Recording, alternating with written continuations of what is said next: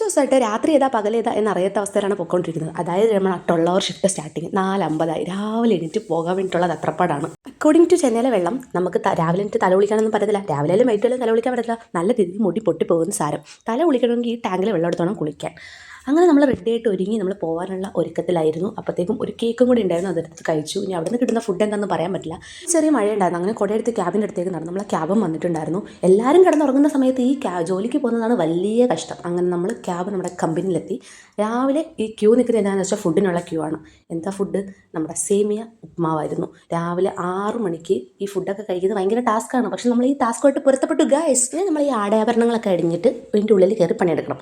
പണിയെടുക്കുക, കഴിക്കാൻ വരിക, പണിയെടുക്കുക, കഴിക്കാൻ വരിക. അങ്ങനെ രണ്ടാമത്തെ ബ്രേക്ക് ആയപ്പോഴത്തേക്ക് നമ്മൾ വന്നത് ബിസ്ക്കറ്റും ചായയും കഴിക്കാനായിരുന്നു. അത് കഴിഞ്ഞിട്ട് പിന്നെ മൂന്നാമത്തെ ബ്രേക്ക് നമ്മുടെ ഫുഡ് ലഞ്ച് കഴിക്കാൻ വേണ്ടിയിട്ടുള്ള ബ്രേക്കിനായിരുന്നു കേട്ടോ. നീ കഴിക്കാൻ വേണ്ടി മാത്രമാണോ കമ്പനി പോകുന്നത് എന്നുള്ള ചോദ്യം നിരോധിച്ചിരിക്കുന്നു.